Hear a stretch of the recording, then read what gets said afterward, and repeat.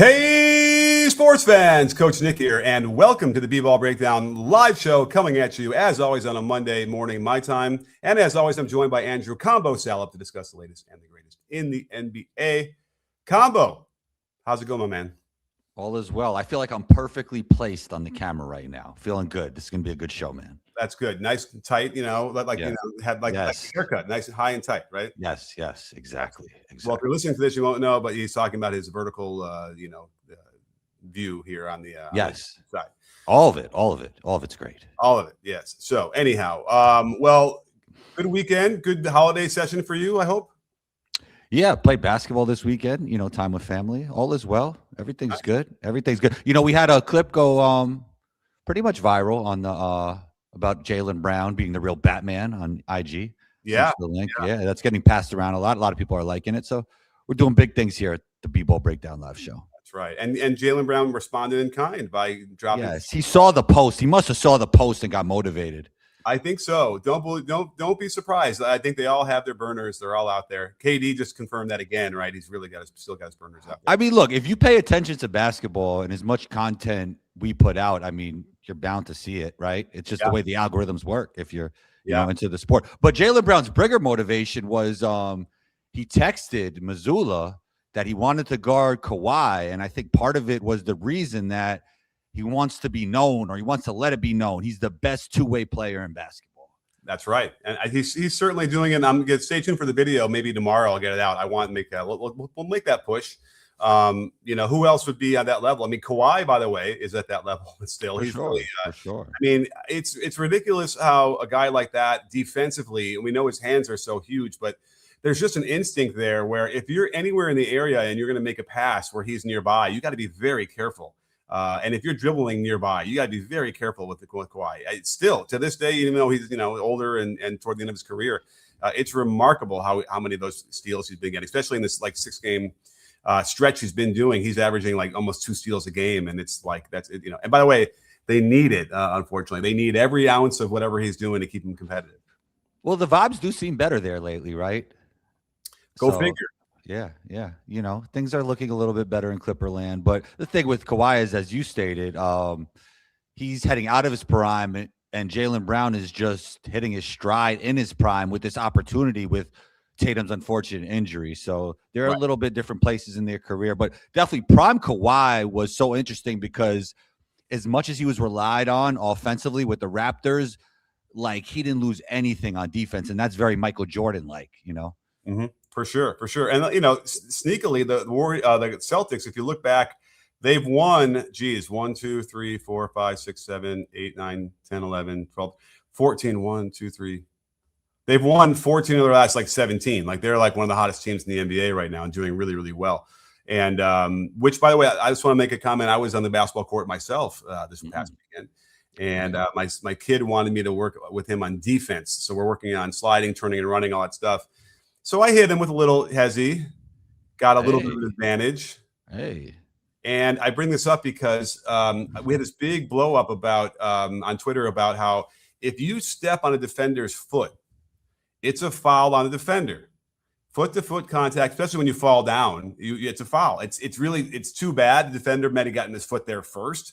But if you step on it, it's a trip. You fall down. It's a foul. Wait. So if I'm in a jam, I could just step on a defender's foot and I'm good. It's a foul. You really want to do that on purpose and risk a severe ankle injury? I guess. I told you, what we were talking about SGA. I think I could do it in a way where I wouldn't risk it. You'd have to do it and go and crumple to the floor and fall. Yeah. If you sleep at night, I guess doing that, then more power to you. Yeah, it's probably. It's probably tough timing. It's probably tough timing to do that. The reason why the kick rule has to be an intentional kick is because the same idea. If I'm stuck in a double team, I can't just throw the ball at the guy's foot and then say, hey, it's a kick ball. That's not how that works. But the reason why I bring it up is because, of course, I get half of a bit of an advantage. Listen, I'm not as explosive as I used to be. Although when I got to tell you, Combo, when I demonstrate how to split your feet and go on the attack on the catch, I still feel like I'm pretty quick. Now, that said, I stepped right on top of his foot. He went down hard on his ass. I put his foot up all my way on his foot, and he couldn't get the foot out, and he was trying to slide or whatever. I somehow stayed on my feet. But let me tell you, when having dealt with that, there is no doubt that that is a foul on the defender. Like it's not even a decision. And yet I had all these people who wanted to argue with me about it the entire time, legal guardian position, yada, yada. And let's not forget, there's a big difference between like pickup and a ref game, which I think people sometimes struggle with in a weird way. They assume that like it should be the same, and we know that it's very different. I mean, they used to say that like under the whistle, can you play under the whistle? That was like a thing growing up to people, right? Because some people were good in pickup, but when you got them in a tournament, because us growing up, we played in a lot of tournaments.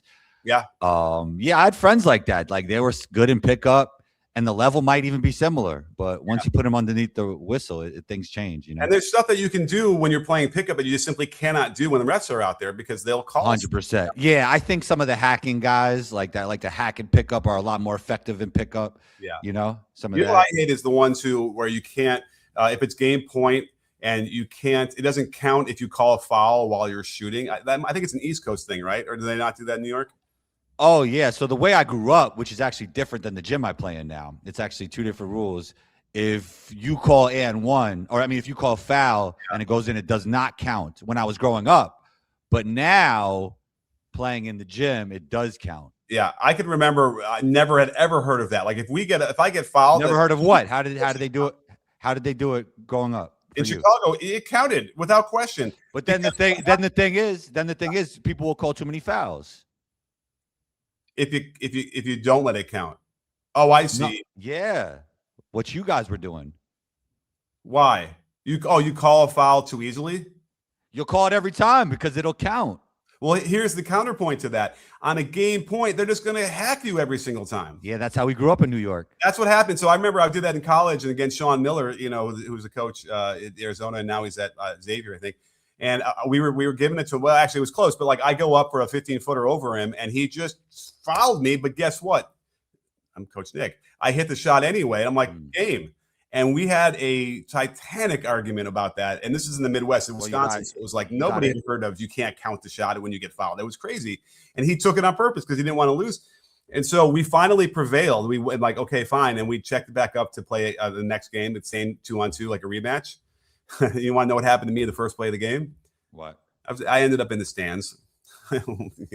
Sean Miller made sure to let me know that what a foul was and what a foul was not. So he like chucked me in the stands on that first play on some foul he took. So I suppose I learned my lesson there, but I was still shocked that you didn't count that. Let me know in the comments what you guys grew up with. I'm kind of curious. I think it's very regional. Sean grew up in Pittsburgh, so I guess it's the East Coast. New York, if you call foul, you don't get the bucket. That seems crazy to me. And for that same reason. I guess there are pros and cons to both, but they foul you every single time then anyway, without any worry of a consequence of the ball going in. They foul you every time. I mean, they didn't foul every time, but you definitely had to play physical growing up. If I got beat, I just follow you. Check it up. Yeah, there's some of that. I even do that with the rule your way. Like, especially if it's point game and you have an advantage, I'm fouling you and not letting you get up. Well, you got to. Okay, by the way, interesting argument you have. Did you gather or not? Or are you in? When we just had this, did you see the ending of the Cal game?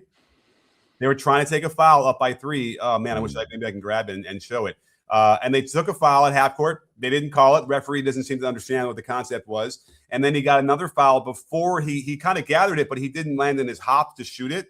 And so clearly, once that foul happened, he was not in his upward shooting motion, which is the rule. You can't count it. And they counted it, and he got the 4-point play, and they won. And the coach, you didn't see this? Coach tried to fight the referee basically after the game. They had to hold him back with several players before he got to him. It was pretty scary. All right.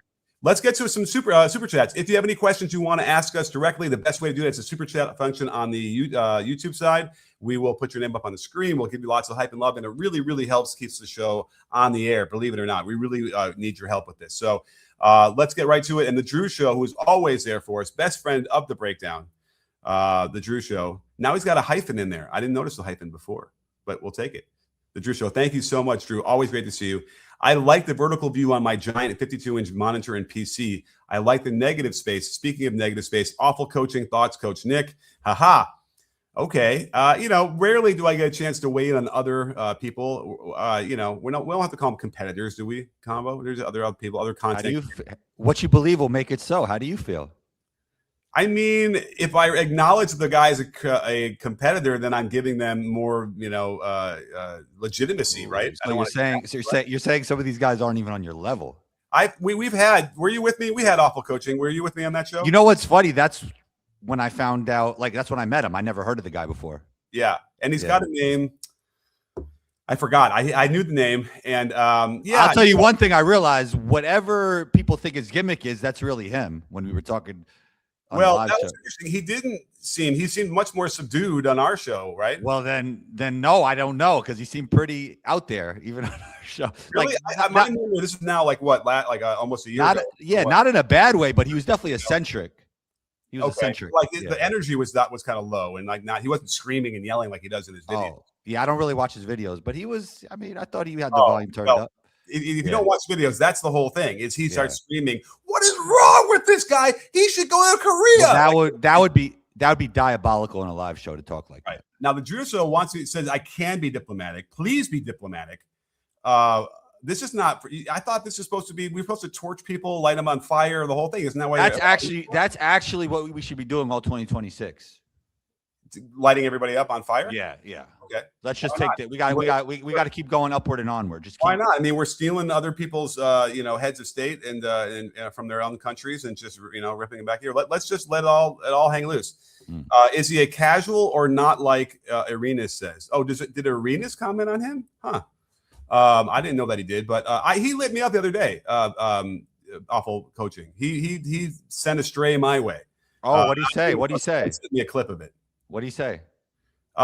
Something bad about, and he listed like this link and this one. These channels yada yada are too nice, whatever they were about whatever, and I was one of them.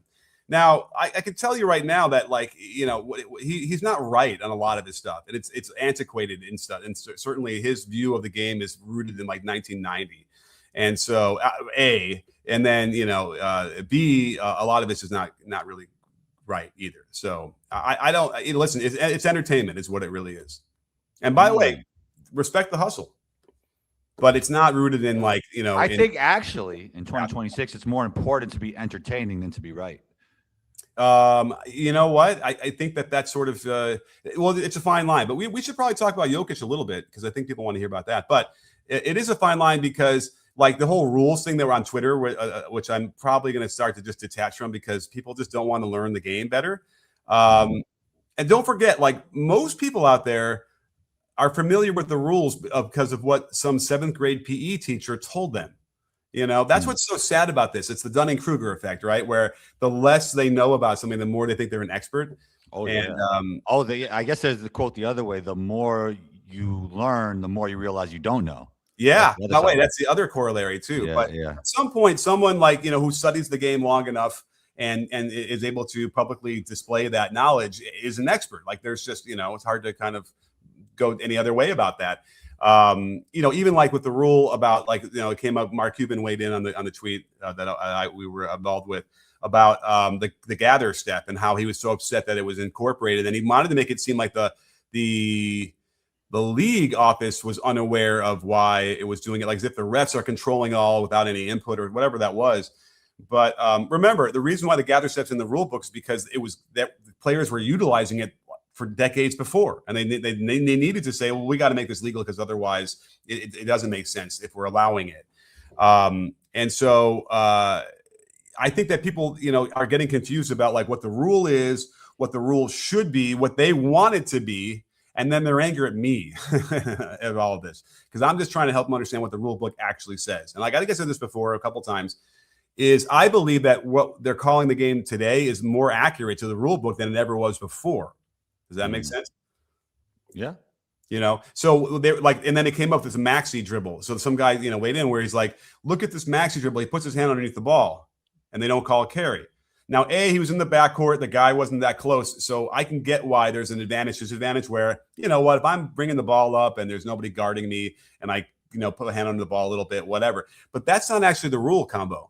All right. You're aware what the rule is for carrying. You know what the first part of the rule, you know what that is, right? What? For carrying. What? Go under the ball? Yes. Yeah. So your hand has to be under the ball. But there's another stipulation. There's two, actually, that have to also occur when the hand is under the ball for it to be a discontinued dribble. The ball stops. Yes, that's the second part of it. So hand under the ball and ball pauses, or hand under the ball and you move the ball from A to B or from one point to another, which is basically like when you do when you cross over. So if you have the ball, you could have your hand underneath the ball and let it drop. So if I'm dribbling the ball, like I can, in theory, kind of do this, right? It's just smooth enough so you can see what I'm doing, right? Yeah, but what if you slow the ball down when your hands? By the way, I can't do that because this is moving the ball from one point to another. But if I'm dribbling and it's floating up in the air, right, and then I go like this and I let it continue to. If I get underneath and it's still in that same normal parabola, up and underneath, and Well, then yeah, I mean that's basically what a hezi is. Yes. So that is why you can kind of get away with the hezi as long as if you could just pan out the player and the hand, and if the ball really appears like it's just still moving up and down. Now remember, there's also some forward movement because they're moving with the ball and they push it that way. If it maintains that normal up and down, motion due to gravity, then that's not pausing. It's not manipulating the ball A to B or one point to another. So in theory, you always should have been able to kind of do a lot of this manipulation that we're doing now. It's just for whatever reason, because of the evolution of the game, the ball had laces on it back in the day. You could barely bounce it anyway.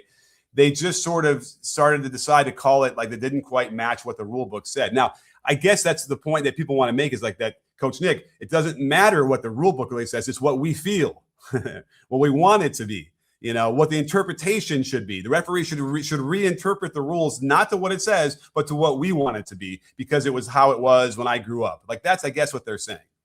And I can't get in my head around that one. Well, if the refs actually interpret it the way that people are feeling, then I mean that's the way the game goes at the end of the day. Well, it's nostalgia then. They wanted them to interpret the rules the way they remember it when they at some other time of our history, versus when the refs really looked at it and were like, these two things have to happen, and if they don't, then that ball, the hand under the ball a little bit is, and it's not a big deal. Now, and again, the disadvantage thing is also a consideration, at the very least. Now, I'm on the record, though, as saying they need to clean up the carry stuff. It is too far. They are doing it too much. Would you agree with that? Not especially. Really? I think that there's some egregious carries out there. I mean, there's always going to be some, but I'm a hezi guy. I like hezying. So all right, fair enough. But there are moments where they could clean it up, especially when the guy's bearing down his defender and really making it hard to deal with. Like that. I think they should tip the scales back to allowing players to be a little more physical on defense and not rewarding the floppers. But at the same time, I wouldn't take away what players could do offensively. Right. I agree. I mean, that's the balance, right? Yeah. And I think that the solution will probably be like, let's get back to allowing a little bit more physicality. Now the problem is that these players are kind of like running around with their hands up like this, but then they're moving into the player, and the player eyes out. Hard, bro. I mean, these guys are so good. These guys are so good, and they're so good at drawing fouls, especially the best players in the league. I mean, you got to get gimmicky at some point, Well, yeah. So, but what you're seeing is there are times when the guys are like, they're not trying to initiate contact. They're kind of running alongside, but they're moving their vectors into the offensive player, who then takes advantage of that. Like, they're going to the basket. So it's like, you can argue they're going into the defender or they're going to the basket. It's sort of the same thing. And so fans will see that, they'll see, well, the guy wasn't really trying to do anything defensively, so you can't be a foul on him. And so that's what gets them mad. And then guess what? The defender, who oftentimes knows they committed the foul, and that was a foul, then reacts so negatively that then it stirs up all the fan stuff. And then here we are like, it just continues to add. Like that's like a bucket that you keep putting stuff into and nothing ever comes out. And so it's overflowing now with this anger, and we can't release it. We got to get the bucket overturned. Let's shift gears a little bit. I wanted to talk about two of the favorites in the East and the West, and they seem to both have teams that are their kryptonite. When we watch the Knicks play the Sixers, I mean, I think that there's nothing they could do defensively to stop Edgecombe and Maxey. And then on the other side in the West, OKC has no answer for the Spurs.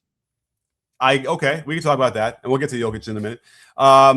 Yeah. So here's what's interesting is I kind of prefer to look at it. And if you saw my video on Nick Nurse spamming that one action, like it might have been 18, 19 times. It was unheard of. We never see that like that. And they ran through all of all the progressions too. That was really, from a coach's perspective, that was like coaching porn. That was amazing. But really, so what does that come down to? Is that come down to personnel? Like, okay, Brunson or whatever, they can't play defense. or is it scheme where they're not adjusting properly to defend that right as a team? It's a little bit of both, and then Cat's anchoring, which is always an issue. Now, And for then what it's worth- Brunson cannot guard Edgecombe. I yeah, mean, but when Brunson he get in the play in those plays defensively. no, I saw Edgecombe twice where it looked like Brunson wasn't even there. Right. Now, those were not okay. Out of Yeah. probably a little bit like delayed fast break, or maybe they. Yeah. I mean, one time he used the Euro with the craft and the strength, Yeah. and it was like he was doing like a drill. Yeah. Like, it was, and by the there way, was no resistance. to the referee's credit, like they didn't call a foul on Brunson on that one. I'm thinking that you're talking about. There's some contact, whatever, but that's the kind of stuff we want to see. Like, let them play through that kind of stuff, but it's hard to balance that. I mean, it's crazy. Edgecombe 2 years ago was playing like a few miles up at Lehigh High School, and for him to be this dominant in the Garden. Was he that good in high school though? He must have been great. Yeah, he was great in high school, but just to see him be like this ready right now with a guy that you could tell is still playing like a younger player, like he has a lot to improve upon. But while he's figuring it out, he's still this good. It's incredible. Oh, yeah. And his 3-point shot looks good. I think it'll continue to go up and up, and he's shooting a lot. Him and Maxey will probably get even better from three. Yeah. Even better. Yeah. By the way, that's going to be the best backcourt in the NBA, like sooner than later. How about Castle and whoever he wants to play with, either Harper or Fox? That might be pretty good too. They're bigger. They're bigger. They're bigger. Yeah. How tall is Edgecombe? Like 6'2", 6'3" I think. 6'2", 6'3". Yeah. But they're terrific, and you're right. It's going to be, and Maxey's. I think they you can quantify this. He's the fastest player in the league. I think he gets up to like 22 miles an hour or something crazy like that. Fox was for a while. I think that Maxey, to my eye test, I don't see anybody as fast as Maxey. And by the way, you could be fast like in a 40-yard dash or whatever, but like when they have the ball and someone's chasing you, that's a different story. Change your subject, but the way the Kings play sometimes, I think they won last night. They almost play with veterans, but in a youthful way when Zach LaVine and Westbrook get out in the break. Like they out athletic teams even at this age. It's pretty funny. Yeah. I mean, listen, absolutely. So we have to figure this out as far as what is Edgecombe's ceiling? Oh, all NBA. All NBA? Yeah. I think so. Okay. I mean, this draft class is insane already. Cooper Flag, him, Con Knuppel. There's more. Who there's else? More. Derek Queen, Harper. Yeah, there's a bunch of guys. Yeah, it's good. It's there's a chance it could be one of the greatest ever, probably top 2 or 3. So talking about Philly in terms of the balance of the Eastern Conference, which is an opportunity here because other teams were weakened from injuries. When they're healthy, I don't see too many teams being able to beat them. I mean, because Paul George, by the way, is kind of a role player, and Embiid is a role player now. They're taking the backseat to Maxey, right? Maxey's kind of running the show, and initiating a lot of their offense and creating advantages for everybody. So it's making it easier on all those guys. And Embiid is broken down, right? He's really not moving well, but he's getting better though. He's getting better. Okay. I don't know if he's ever going to get like much better than where he is now, which is still fine. He's still, Embiid. He can still face up, hit that 15-footer, go to the elbow and score every time. Like he really is a presence. So they have all the pieces, right? They've been waiting for this for 2 years. And then to throw Edgecombe in this, like this was not part of their plan. I don't think it was a big three. Oubre hasn't played at all with all the other 4 guys either, which McCain. He's up and down. McCain is back and playing, but he's still trying to figure himself out a little bit. But they have a good team. They've got some pieces that I think that they're going to be a really tough out for anybody in the playoffs. Who do you think wins the East? Well, now we got to talk a little bit about the Celtics, right? Who are on a big run. Brown is blazing. I'm kind of curious who they've beaten. They're on a. Let's see. Of their last, they've won. They beat the Clippers recently. They won 7 of 8. Let's just look at who they've beaten. They beat the Heat, the Raptors, the Pacers twice. The Blazers they lost to. They beat the Jazz, the Kings, and the Clippers. So there's not really a feather in their cap just yet. Recently in those wins, and they're going to play the Bulls. The feather in their cap is Tatum could come back. Yeah, absolutely. So, but I don't think he's coming back. We talked about that last time. I think they'd be disrupted. But okay.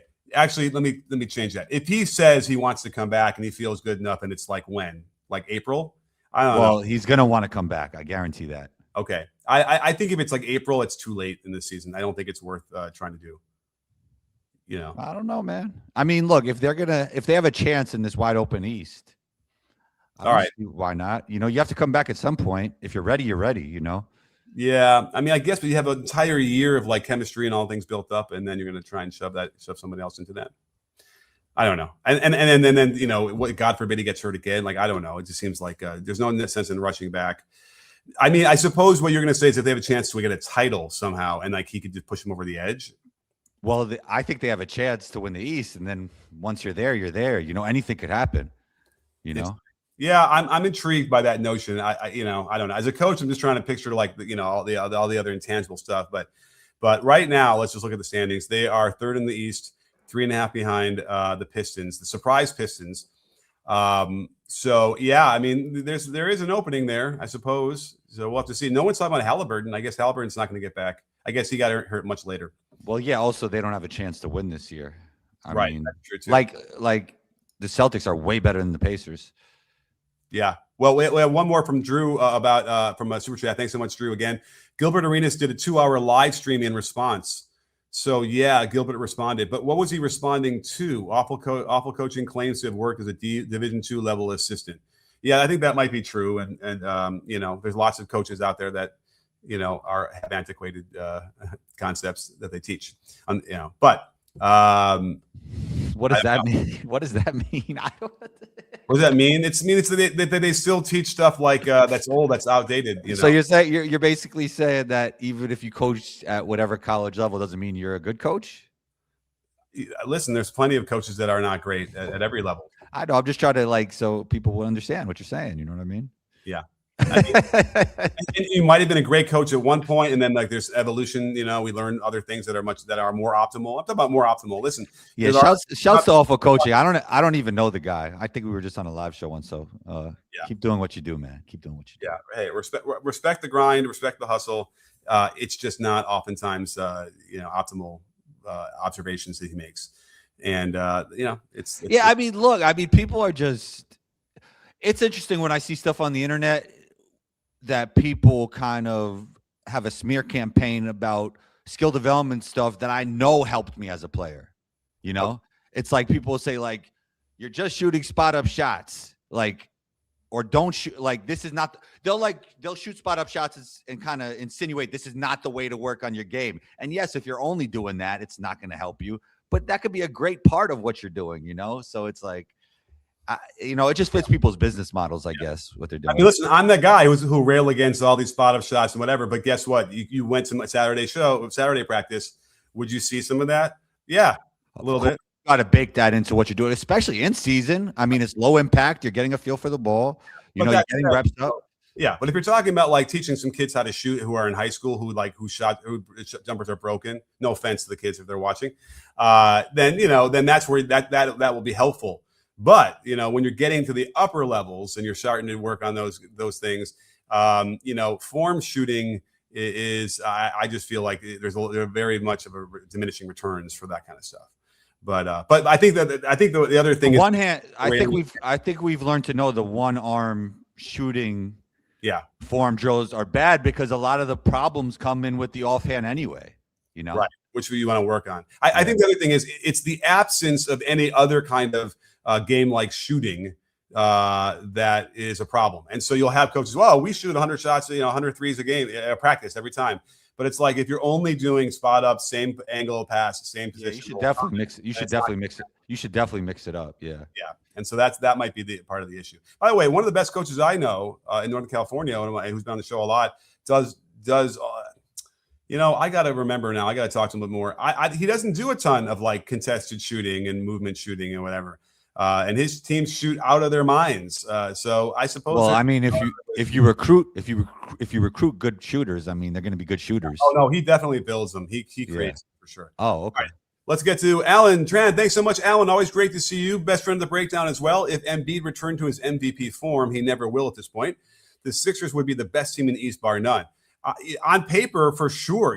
Paul George, Maxey, and Embiid. Those are three All-Stars. And Maxey's an All-NBA, right? Yep. And Paul George used to be an All-NBA. He's kind of broken down, but he's getting there with his knee. And he can probably still find some of that fire. And Embiid too. I mean, and Paul George could get even better throughout the course of the season. Right. He might get a little bit more healthy, a little more explosive. Maybe he had a chase down block from behind. I didn't even put it in the video. Like, that looks amazing. And he had 2 blocks. That dude, just like Kawhi Leonard, can make plays on pros that make them look silly. So, yeah, they've got everything they need in terms of defensively, offensively. Are they deep enough? What do you think? I mean, you only need 8 deep. Yeah, I guess you're healthy. As long as you're healthy. Grimes is solid. I like Grimes. I like him. He's solid. I mean, who else in the East is really deep, though? Right. And if Oubre comes back, again, you got to be a little bit careful because sometimes he'll shoot you out of games or he'll make mistakes. But you can get the best version of Oubre as a 5th or 6th player, best player, then you got something there. So yeah, they've got enough pieces for sure. And Nick Nurse has got him, running, stuff that's really clever as well in terms of offense. So yeah, they definitely can ruin a lot of people's seasons and their hopes. They're definitely a contender. Yeah, I mean, it's between them, the Knicks. The Heat have been good, but I don't know if they can win. The Cavs don't seem too good right now. So no, yeah, the Cavs are really kind of struggling. It's interesting. They were in the first in the East. Oh, Detroit might, man. Who would be the best fit for Detroit? Because they might make a move. Michael Porter Jr., Lauri Markkanen, AD. Giannis is available. Giannis, AD. I mean, those could be all swing factors, Yeah. I mean, I feel like, gosh. I mean, Detroit's offense is really, really good because it's not like you're going to say, well, they need another scorer necessarily, right? Well, they could get even better if they have one more like floor spacer, like a Lauri, who could play on the ball, play off the ball. Right, because Detroit right now is ranked. Wait, I think they're ranked. Let me see. They're ranked 9th in offense. So, they're in the discussion as far as ranking in terms of both offense and defensive rating. They're in the top 10 for both, which means championship contender.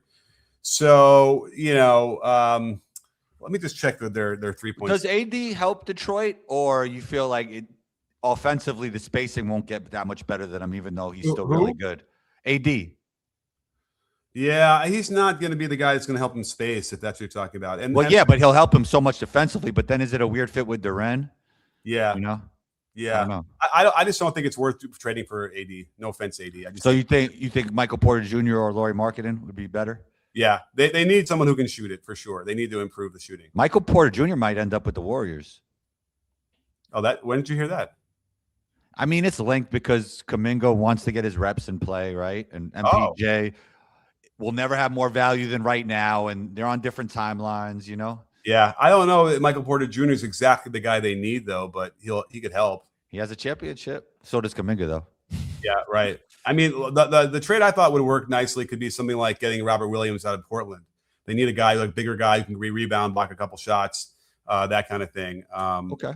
That. That I thought would be something that would addresses the issues a little bit better. But the Warriors certainly need to do something. They need to add more of everything, right? Could Robert Williams help the Celtics? What's that? Robert Williams back to the Celtics. He could probably help the Celtics a little bit, right? Yeah. No, he can help anybody for like 15, 16 minutes off the bench on a good team. Yeah. Shore up some of the defensive stuff. He would help. Which reminds me, get Drew and Robert Williams back somehow. That'd be pretty good. Right. Interesting. Yeah. I mean, it's too bad that they had to make that all go away. That was a good thing they had. Now, and the Warriors, by the way, like obviously they have to get Kuminga out of there. I think he'll never play there again, right? Right. Yeah. I mean, he's eligible to be traded, I think, in the 15th of January. They have to wait 10 more days. But I mean, it was kind of crappy. Like, he was supposed to play and help them because they had a bunch of guys out, and they announced that. And then all of a sudden before the game, he had, back problems and couldn't play all of a sudden, which probably is more like, F you, I'm not going to be here for you. Who has the best chance to make an emergence in a winning situation? LaMelo Ball, Trae Young, or John Morant? Okay. Who's the best chance to help a winning team go over the top? Have a resurgence. Oh, resurgence. Okay. Go over again. In a resurgence in a winning situation. Okay. LaMelo, Trae, or who? Ja. I think Ja's broken down, wouldn't you say? I think he's lost explosiveness, which made him so special, right? There's a little bit of that, I would say, yeah. A little bit. Okay. Because then if it's not a lot of that, then it would be, I think, Ja. I think he needs to change the scenery for sure. I would think that Trae would probably be Trae wherever he goes. Yeah. And so, and LaMelo, you know, man, talk about polarizing. When people have reactions to He probably has the highest ceiling out of all of them, right? As of now, because he's a little younger. Yeah, but he's not going to change, right? Like I think the criticism would be like he needs to change his game to take it a little bit more like seriously, quote unquote. But that's when you're good, you're good. We saw this with Andrew Wiggins. Like when you're talented, you're talented. You put him in the right situation, he can help you win a championship. We saw with Aaron Gordon. These players are different kind of players, but sometimes you change the environment, it changes everything. I would like to see LaMelo in a different environment on a better team because I don't know. I might have reservations about how effective he would be with a slightly different role on a better team. I don't know if he'd be putting up the numbers that he does. Could have been drafted to the Warriors. That's the crazy thing. Yeah, and and listen, Steph is crazy too. Steph does crazy stuff, and not like LaMelo in a little bit, way. And you have to let him be that way to kind of get the best of them. Mm-hmm. So I don't know. Yeah, because listen, I like LaMelo. I think that in a different situation he could be, but but Ja, to me it's more of a physical thing for Ja. So if you kind of really think that way, then I guess LaMelo would be the answer in terms of who has the biggest chance to like wow us with like. The chances are one of them is going to do it because they're just all so talented, Yeah. And they're probably going to move on at some point from all of them. Yes, there'll be one of them you'll be making a video about, like, oh my God, this guy's helping this team win a championship. I just don't know which one. It'll be interesting. Yeah. Well, are they all? Well, we know Trey's on the trading block, right? Trey's definitely on the trading block, and a lot of the criticism he's getting is unfair because they just look at the numbers when he's on the court, and the defense isn't good, and they have a losing record. But the guy has helped teams go deep in the playoffs. He's super clutch. He's one of the most skillful players in the NBA. He's probably pound for pound one of the best offensive players in the NBA.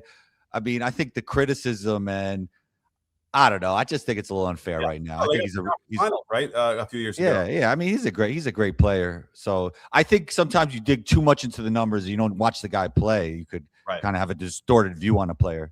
Yeah. All right. Are we getting close to the end here? Where we got to get? Yeah, we are. All right, we got a couple. Can we do two more super chats? Yeah. All right. Jada Race, awesome to see you, Jada Race. Thank you so much. So generous of you. Really appreciate it. Again, this really, really helps us keep the show going. I saw on Twitter a pic with Brunson on Mavs jersey and Hallie in a sack jersey. The last picture had Jared McCain. Do you believe he could be a lead guard on a contender?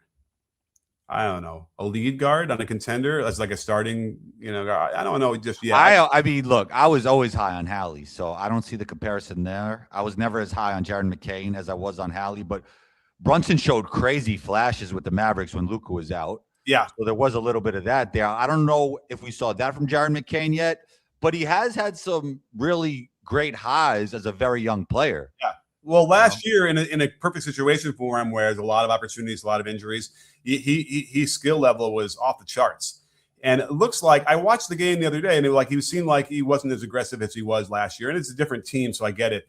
But I think skill level, he has the skills to be a guard that would be a problem for most defenses. Wouldn't you say? Yeah, definitely. Skillful. Yeah. He's strong. He's probably an underrated athlete. He could score on three levels, and he's a good finisher, good pace. Yeah. He's good. So he's got the skill level for sure. Let's see how he does in this different role here. I mean, I know for that reason it's different. It's hard to know what the role is going to be because they're a better team and if they can stay healthy, but who knows? And by the way, by next week, he could be that lead guard. The way this Sixer team goes, he could be the guy back right in the starting lineup for all. Or he could be traded. Or he could be traded. Interesting. Yeah. So I mean, that's the guy, right? You already have. Yeah. How you already have Maxey at Edgecombe. You might want to get another win now piece. Right. We have. I guess the other point is we had a little bit more data on the Brunson and Hallie in Sacramento and in Dallas.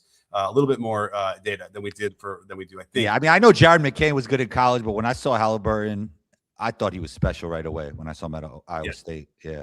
All right, let's get to our next one. The Drew Show. My goodness, Drew, thank you so much, man. I really appreciate it.